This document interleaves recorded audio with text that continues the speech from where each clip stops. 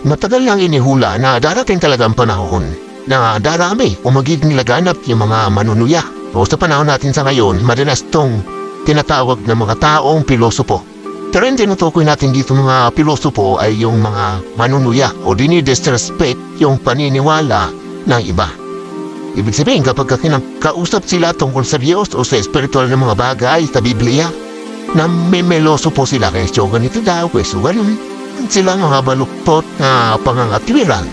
Tinutuyaan nila yung mga banal na mga bagay. Tinatawanan at iba pa. Ano ba ang standing nila sa espiritual na kalagayan o ano ba yung paniniwala nila? Kung isisurvey natin, marami rin naman sa kanila yung may reliyon pa rin naman at paniniwala. Hindi nga lang sila sure. Hindi sila makapagpasya kung may Diyos pa talaga o wala. Kumbaga, hindi sila seryoso sa spiritual ng mga bagay.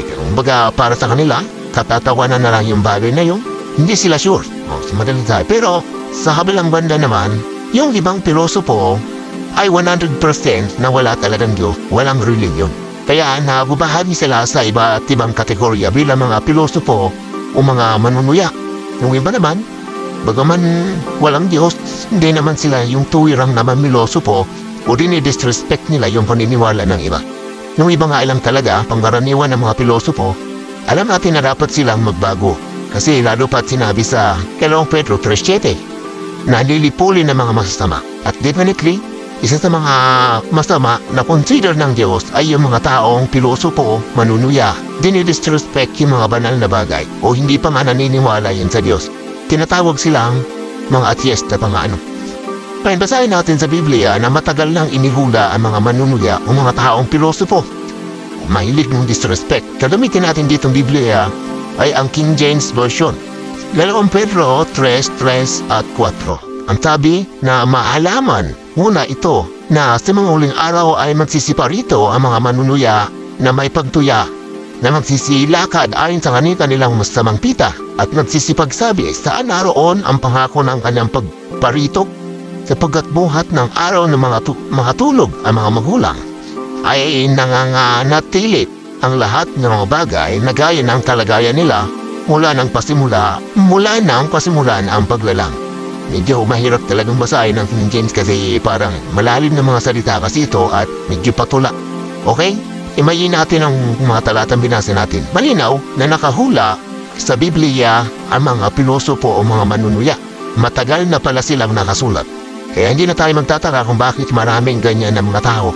Malinaw sa talata na gagawin nila ang kanilang mga pamipilosopo base sa kanilang mga pita o kanilang mga pagnanasa. Ibig sabihin, natutuwa silang ginagawa nila ang mga bagay na iyon.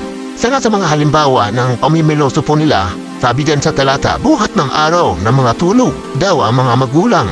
Ibig sabihin, lumipas na maraming henerasyon. Ay nanatili ang lahat ng bagay na gaya pasimulan ng paglalang. So para sa kanila, matagal na daw kasi asa na daw yung paghukom, wala pa rin naman nangyayari.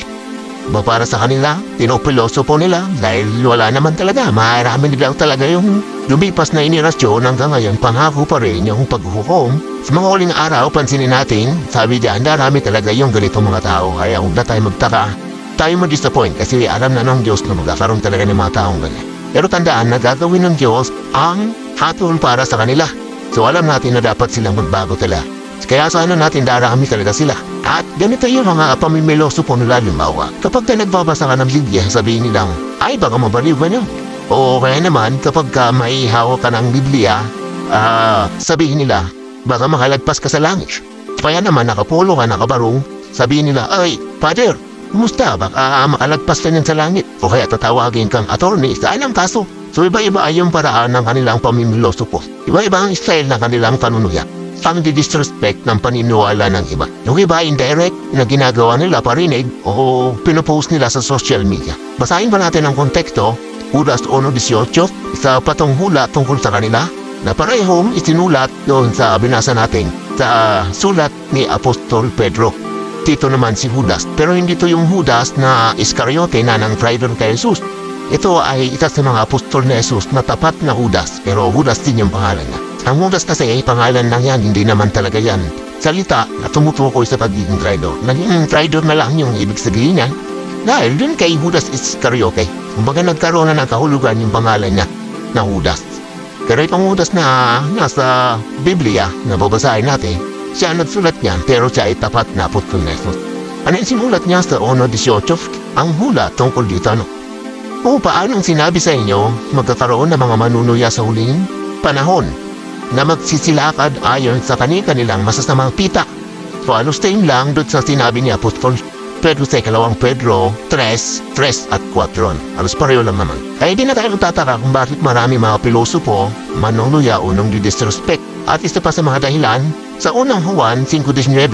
Isa pa sa mga dahilan sa unang Juan 5:19 kung bakit napakalaganap ng mga pilosopo. Unang Juan 5:19 dahil sama-sama ang namumuno sa mundo, kaya nangyayari ang mga ito. At si Satanas ito na umi-influensya sa mga pilosopo para i-disrespect ang mga banal na mga bagay. Halimbawa, ito yung senaryo. Tinutuyan ng isang pilosopo ng isang tao na nangangaral sa bahay-bahay na tuturo ng Biblia. Na imbis na makinig siya, na may pilosopo siya, nangangatwiran siya, na presyo ganito, ganyan. Anong gagawin ng Diyos sa kanya pagdating ng panahon? Kanina nabanggit na natin sa 2 Pedro 3:7 na lilipulin, pero gumawa pa tayo ng konteksto. Dito tayo sa ibang talata. 2 Tesalonica 1:8. Si Apostol Pablo naman ang nagsulat nito na maghihigante sa hindi nagsisikilala sa Diyos at sa kanila na hindi nagsisitalima sa Ebanghelyo o sa ibang salita ng Ebanghelyo, mabuting balita. Hindi nagsisitalima o nakikinig sa mabuting balita ng ating Panginoong Jesus.